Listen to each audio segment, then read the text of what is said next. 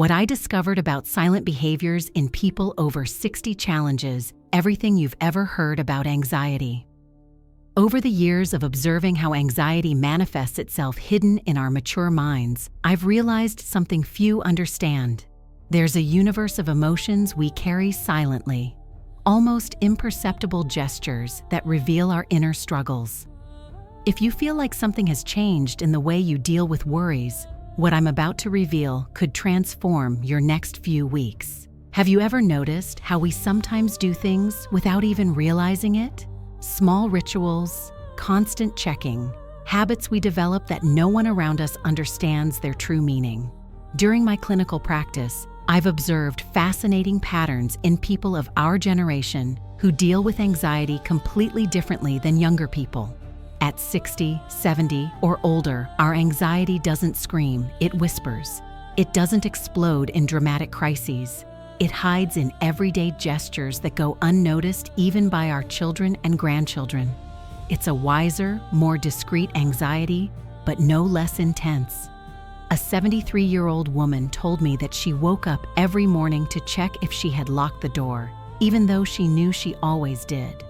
Another 68-year-old patient told me how he organized his medications 3 times a day, not out of medical necessity, but out of an emotional need he didn't understand.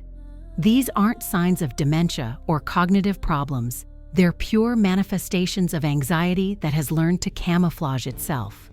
The most touching thing is discovering that many of these people feel alone in these experiences, believing they are the only ones experiencing it.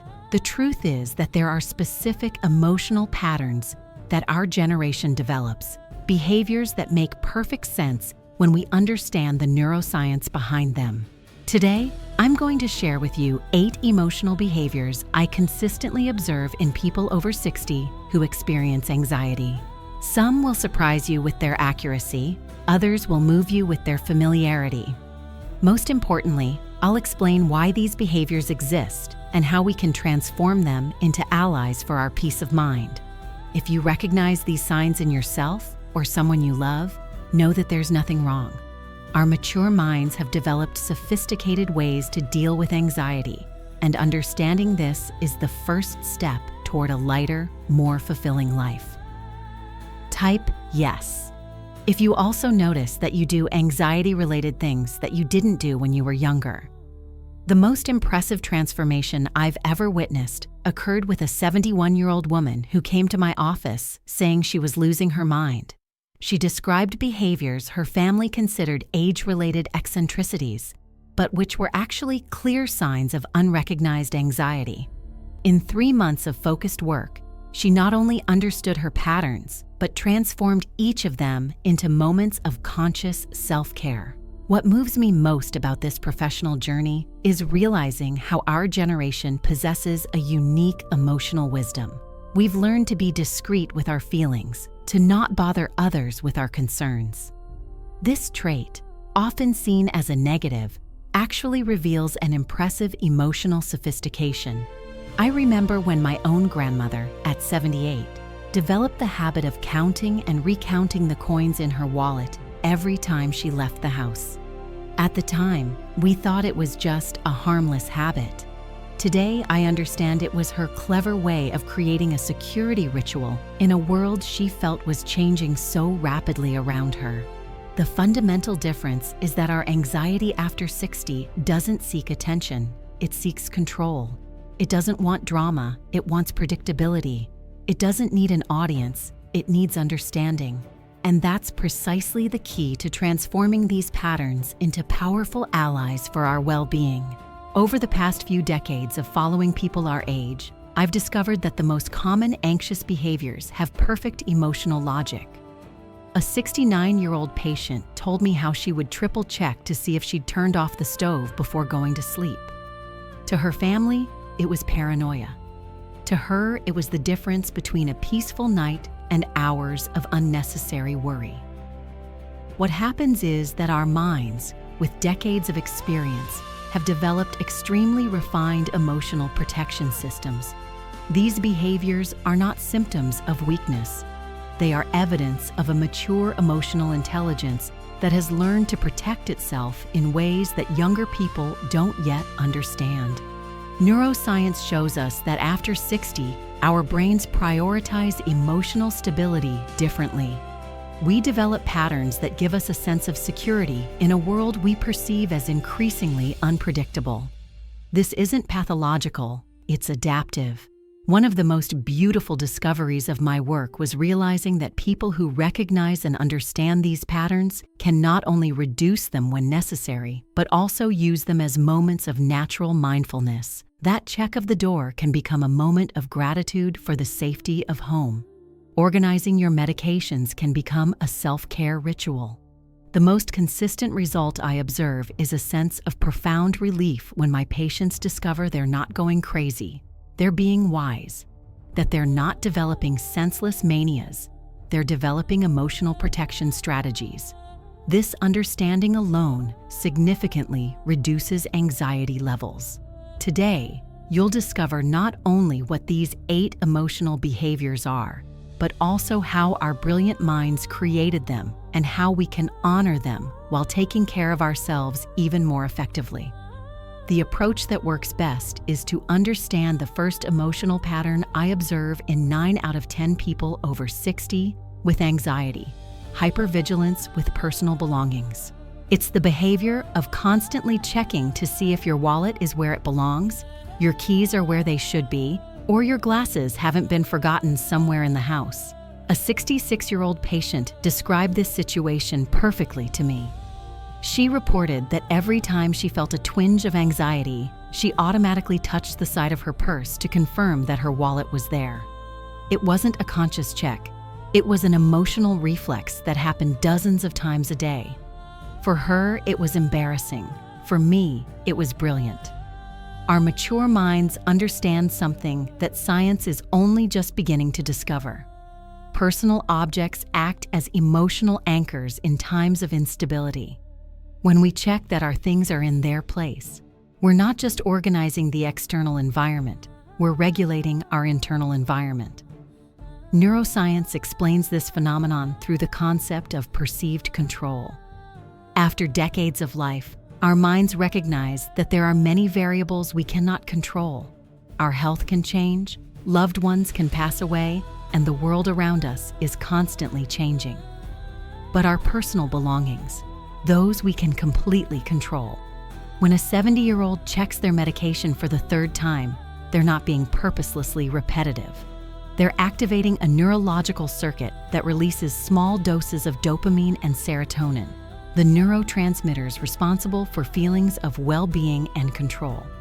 The most fascinating aspect is that this behavior often intensifies during periods of greater emotional stress. One woman told me that after her husband's death, she developed the habit of counting and recounting the money in her wallet several times a week. Not for financial reasons, but because this ritual gave her a sense of security at a time when everything seemed uncertain. The wisdom behind this pattern is impressive. Our generation has learned that independence and autonomy are fundamental values. Checking our personal belongings is an unconscious way of affirming our ability to care for ourselves, to maintain our dignity and control, even when other areas of life seem beyond our reach. In practical terms, this behavior can manifest itself in a variety of ways. Some people constantly check whether they've zipped their purse or coat. Others touch their cell phone pocket dozens of times a day. Some organize and rearrange their nightstand before bed, not because of clutter, but because of an emotional need for order. An important finding is that this pattern isn't exclusive to people who have always been anxious. It often first emerges after 60 as a natural response to the changes that older life brings: retirement, loss of loved ones, health changes, or simply the realization that time has become more precious. What makes this behavior even more interesting is its hidden social function. When we check our personal belongings, we are also preparing for social interactions. It's a way of ensuring we are presentable and organized while maintaining our social dignity.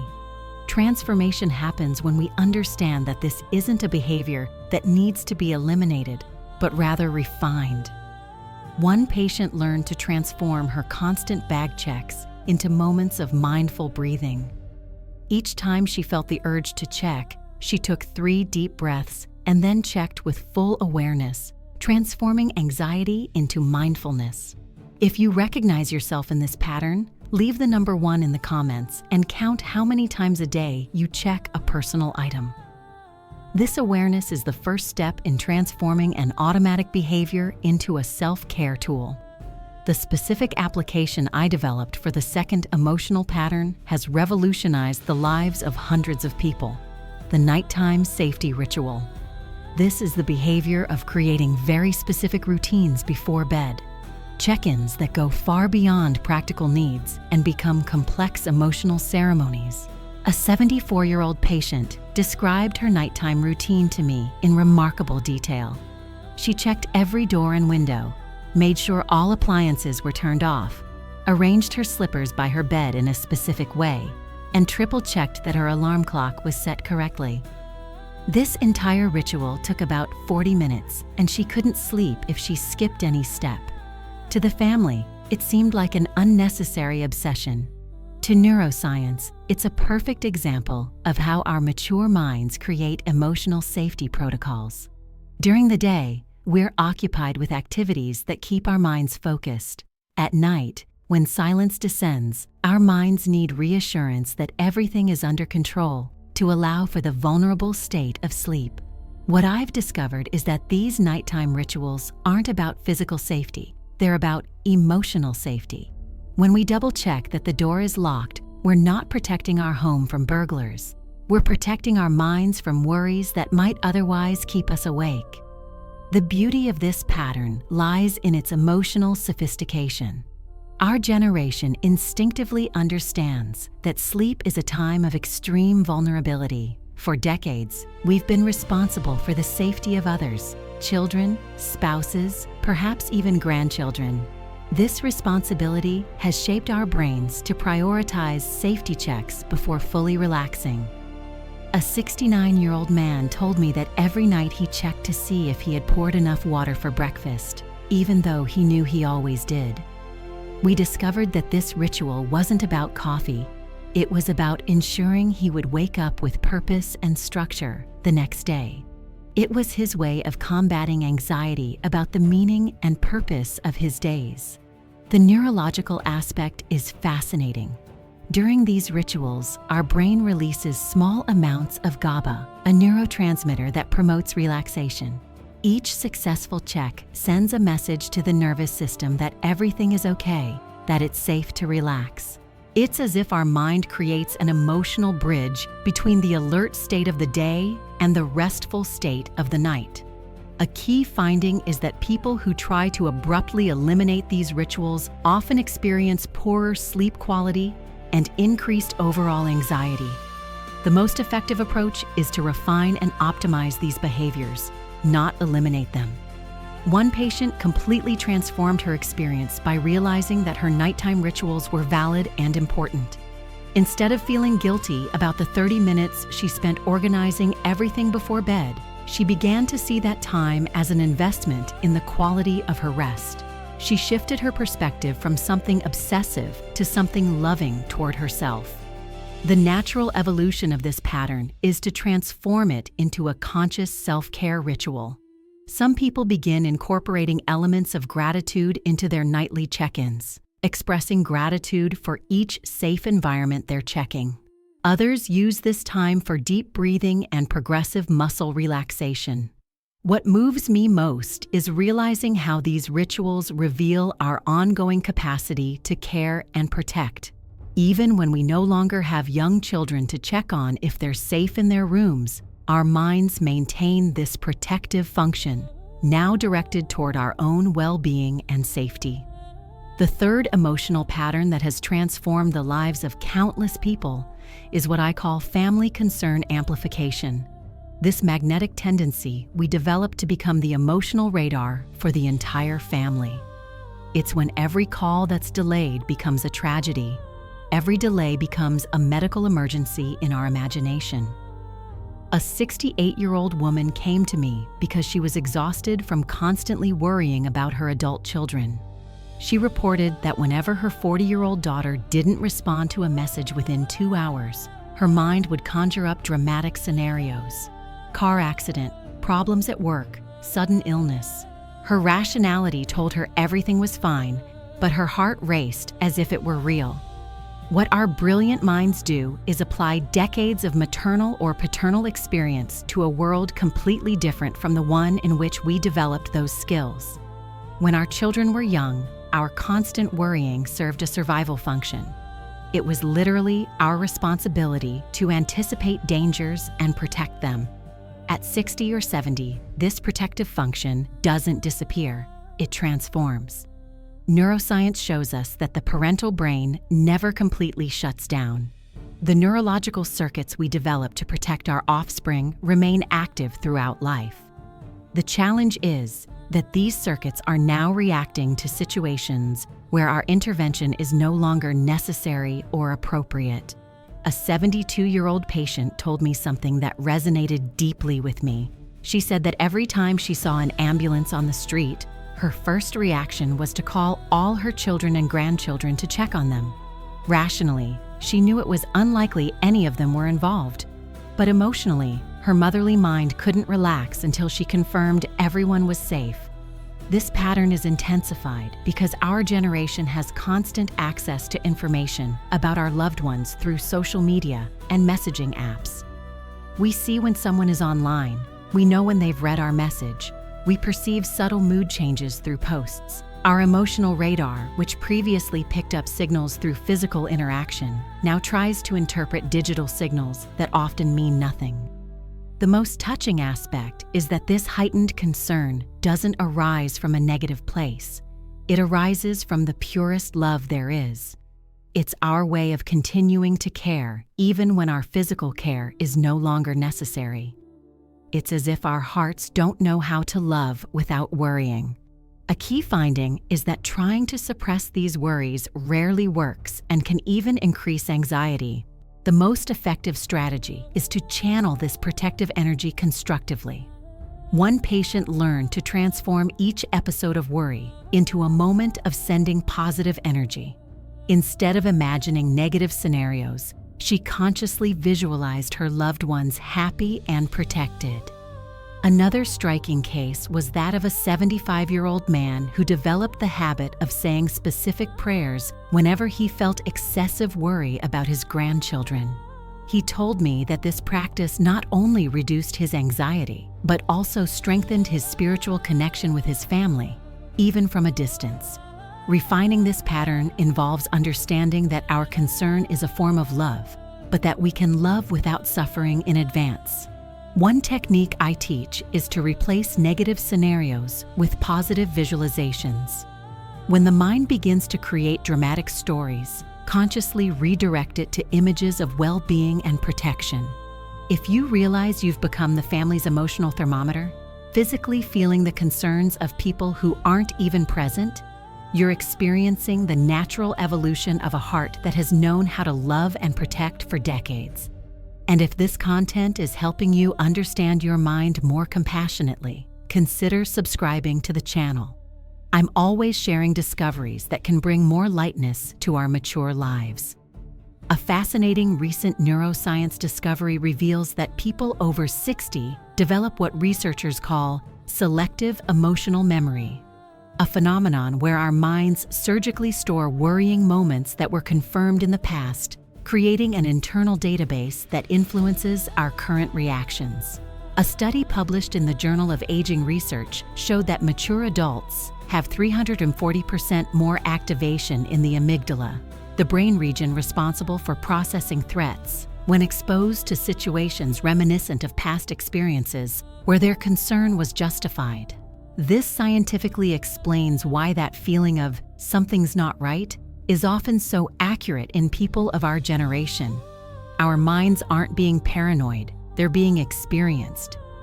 Decades of life have created a sophisticated warning system that detects subtle patterns that younger people haven't yet learned to perceive. It's as if we've developed a sixth sense for situations that require attention. Most impressively, this ability remains active even when applied in contexts where it is no longer needed, transforming a protective skill into a source of unnecessary anxiety. The key is to honor this wisdom while learning to apply it with discernment. Do you know someone who would doubt that natural methods work? Share this to show that there's science behind these approaches our generation has developed naturally. The remaining 5 emotional patterns that complete this silent universe of mature anxiety are equally revealing and transformative when understood in their essence. The 4th behavior is protective, nostalgic rumination. When our minds constantly revisit past decisions, not out of regret, but as a way to validate our ability to make good decisions in the present. A 71-year-old patient told me that every time she had to make an important choice, she would mentally revisit all the times she had made similar decisions in the past, as if her personal history were an instruction manual for the future. The 5th pattern is hypervigilance for body signals, a heightened attention to any physical change that our mind interprets as a potential threat to our independence. It's not hypochondria, it's our body's wisdom working in overdrive. A 69-year-old man developed the habit of monitoring his breathing, heart rate, and balance several times a day, not out of medical paranoia, but out of a deep love for his autonomy. The 6th emotional behavior is what I call family memory curation. When we become obsessive guardians of the stories, traditions, and objects that represent our lineage. This is when we organize photos for the 1000th time, tell the same stories over and over, or worry excessively about preserving objects that carry emotional memory. One woman explained to me that she couldn't discard a cracked cup because it was a gift from her deceased mother-in-law, and the anxiety of losing it was physical. The 7th pattern is anticipation of dependency scenarios, when our mind creates detailed plans for future situations where we might need help. It's different from practical planning. It's an anticipatory anxiety that makes us mentally rehearse difficult conversations, prepare overly detailed documents, or constantly check whether we have enough resources to avoid being a burden to anyone. A 73-year-old patient told me he had 3 different plans for each possible mobility loss scenario, all kept in organized folders that he reviewed monthly. The 8th and final behavior is silent social vigilance, when we become constant observers of family and social dynamics, noticing tensions, mood swings, and shifts in relationships with a precision that is sometimes frightening. It's as if our life experience has turned us into human emotional detectors. A 67-year-old patient told me that she knew when something was wrong with her grandchildren even before their parents noticed, and this information made her anxious because she didn't know whether to intervene or remain silent. What unites all 8 of these patterns is a profound truth. Our mature minds haven't lost the capacity to care. They've expanded that capacity to levels our culture hasn't yet learned to value. Each of these behaviors reveals decades of love, protection, responsibility, and accumulated wisdom. Transformation happens when we stop seeing these patterns as signs of problematic aging and begin to recognize them as evidence of refined emotional intelligence. When a 70-year-old triple checks that they've locked the door, they're not being repetitive, they're being caring. When they worry about distant family members, they're not being anxious, they're being loving. The secret isn't to eliminate these behaviors, it's to refine them. Transform automatic checks into moments of mindfulness. Convert worries into positive energy. Use our hypervigilance as a tool for conscious self-care.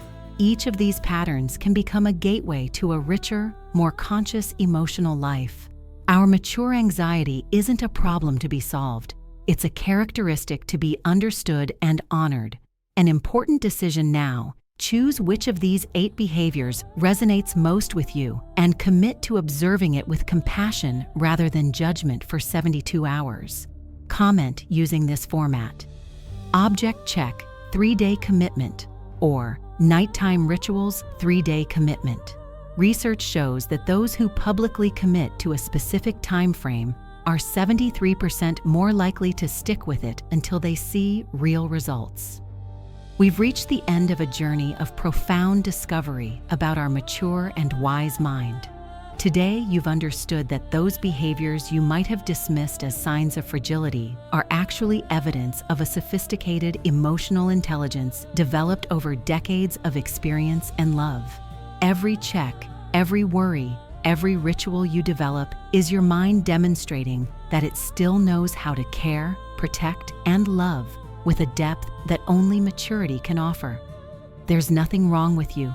There's everything right with a mind that has learned to value security, stability, and well-being. Remember that transformation doesn't mean eliminating who you are. It means refining who you've become. Your anxiety carries decades of wisdom. Your worries reveal the depth of your love. Your rituals demonstrate your continued capacity to care for yourself and others. The most beautiful thing about this discovery is realizing that you are not alone in this experience. Millions of people in our generation experience exactly the same patterns, feel the same things, and develop the same protective behaviors. We are a generation that knows how to love deeply, and our anxiety is just one way this love manifests itself. In the coming weeks, when you notice any of these behaviors in action, take a deep breath and thank your mind for continuing to care for you so lovingly. Allow yourself to be kind to yourself, recognizing that every anxious gesture is also a misunderstood gesture of self-love.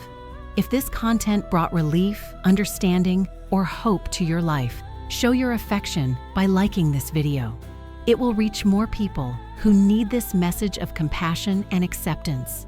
Subscribe to the channel to receive more insights into our mature mind, and in the comments, share which insight touched your heart most today. To watch more content that honors our emotional wisdom, click the video that appears on your screen now. Your journey of self-understanding and acceptance is just beginning, and I'll be here to accompany you every step of the way. Until the next discovery, treat yourself with the kindness you deserve.